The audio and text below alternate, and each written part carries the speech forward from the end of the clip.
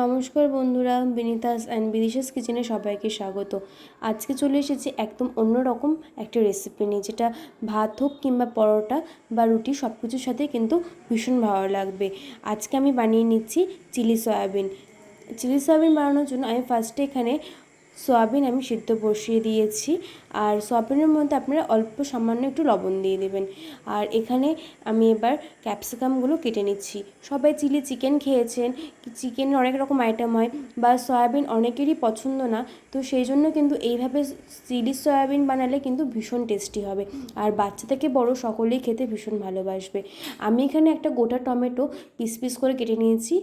সয়াবিনগুলো সিদ্ধ হয়ে গেছে। এবার সেই জলগুলো আমি একটা ঝাঁঝরাতে বসিয়ে দিয়েছি, ঝাঁঝরা বেলি। আর তারপর আমি এই হাতার সাহায্যে জলগুলো বের করে দিচ্ছি। এবার এখানে নিয়ে নিচ্ছি আদা।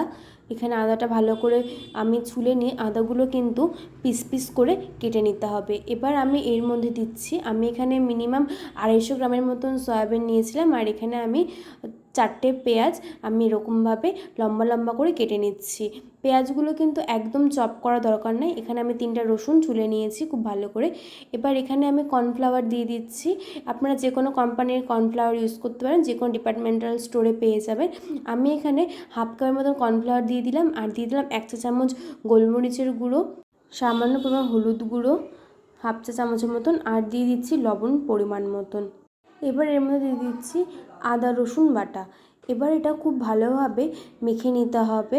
এর মধ্যে ওই 3টে রসুনের মধ্যে থেকে আমি 1.5টা রসুন বেটে নিয়েছি, আর সামান্য পরিমাণ আদা বেটে নিয়েছি। এবার এটা খুব ভালো করে হাত দিয়ে মেখে নিতে হবে, যাতে কর্নফ্লাওয়ারগুলো প্রত্যেকটা সয়াবিনের সাথে ভালোভাবে যাতে মিশে যায়। এবার এটা আমি সাইডে রেখে দিচ্ছি। এবার আমার মাখা একদম কমপ্লিট। এবার আমি তেল গরম করে নিয়েছি কড়াইতে। এবার আমি এই সয়াবিনগুলো তেলের মধ্যে দিয়ে দিচ্ছি ভেজে নেওয়ার জন্য। যেভাবে আমরা চিলি চিকেনের জন্য চিকেনগুলো ফ্রাই করি, ঠিক সেইভাবে সয়াবিনগুলো ভেজে নিচ্ছি। খুব বেশি ভাজার দরকার নেই, হালকা ভাজা হয়ে গেলে আমরা তুলে ফেলছি। চিলি সয়াবিনের জন্য সয়াবিনটা একদম রেডি হয়ে গেছে। আর এটা কিন্তু খুব তাড়াতাড়ি বানিয়ে ফেলতে পারবেন।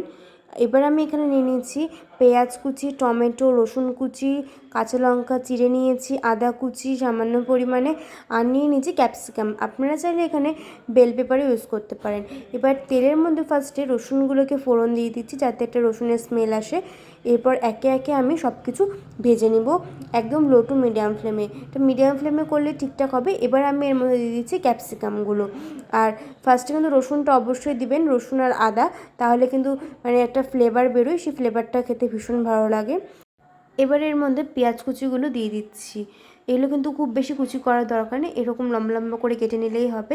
আমি এখানে 4টে পেঁয়াজ দিয়েছি, একটা টমেটো আমি এখানে কেটে নিয়েছি, আর দিয়ে দিচ্ছি, আপনারা ঝালটা আপনাদের ইচ্ছে মতন দেবেন। আমি এখানে কয়েকটা লঙ্কা চিড়ে দিয়ে দিয়েছি, কারণ বাচ্চা থাকলে কিন্তু ঝালটা অবশ্যই কম দিতে হবে। আর অনেকে ক্যাপসিকাম আর লঙ্কা দুটো একসাথে মিশিয়ে খেয়ে নিতে পারে। তো এবার এটা ভালো করে মিডিয়াম ফ্লেমে ভেজে নিচ্ছি। আর এর মধ্যে এবার দিয়ে দিলাম পরিমাণ মতন লবণ, পরিমাণ মতন হলুদ। এবার দেখুন অনেকটা মজে এসেছে। এবার আমি এর মধ্যে ইউজ করছি সয়া সস আর চিলি সস। আপনারা যে কোনো কোম্পানির সস ইউজ করতে পারেন, চিলি সস বা সয়া সস। এবার আমি এখানে 3 টেবিল চামচের মতন আমি এখানে সয়া সস, আর 3 টেবিল চামচ আমি এখানে চিলি সস দিয়ে দিচ্ছি। এই সসগুলোর জন্যই কিন্তু মেনলি এই চিলি সয়াবিনের টেস্টটা আসে। তো এবার আমি পুনরায় ভালো করে মিশিয়ে দিচ্ছি সসগুলো। ক্যাপসিকাম টমেটো দেখুন একদম হয়ে গেছে। এবার আমি এর মধ্যে দিয়ে দিচ্ছি 3 টেবিল চামচের মতন টমেটো সস। আপনারা চাইলে সসের পরিমাণটা কমিয়েও দিতে পারেন বা বেশিও দিতে পারেন, সেটা আপনাদের মতন দিবেন।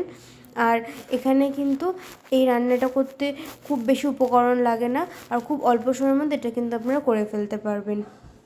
এর মধ্যে দিয়ে দিচ্ছি 1 কাপ মতন গরম জল, হালকা উষ্ণ গরম জল কিন্তু এর মধ্যে অ্যাড করবেন।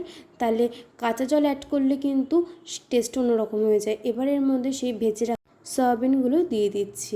এবার এটা দেওয়ার পর ভালো করে মিক্স করে আমরা 2 থেকে 3 মিনিট ভালো মতন এটাকে ফুটিয়ে নিব, যাতে আমাদের রান্না একদম কমপ্লিট। এবার এটা আমি সার্ভ করে দেব গরম ভাতের সাথে, সাথে ডিম সিদ্ধ আর হচ্ছে মুসুর ডাল সিদ্ধ। এই কম্বিনেশনে আপনারা খেয়ে দেখবেন, ভীষণ ভালো লাগবে। আর এছাড়াও কিন্তু পোলাও বা পরোটা, রুটি যে কোনো কিছুর সাথে ভালো মতন আপনারা খেতে পারবেন। তো বন্ধুরা, আমাদের এই ভিডিওটা যদি আপনাদের ভালো লেগে থাকে, আমাদের এই রেসিপিটা আপনাদের বন্ধুদের সাথে আপনারা শেয়ার করে নেবেন, যে কীভাবে খুব তাড়াতাড়ি টিফিনের জন্য বানিয়ে নিতে পারবেন। তো আজকের মতো এখানেই, আবার দেখা হবে নতুন কোনো ভিডিওর সাথে, নতুন কোনো রেসিপি নিয়ে। ততদিন পর্যন্ত আপনারা সবাই ভালো থাকুন, সুস্থ থাকুন এবং আমাদের চ্যানেলটা সাবস্ক্রাইব করে পাশের বেল আইকনটি ক্লিক করে রাখুন। নমস্কার।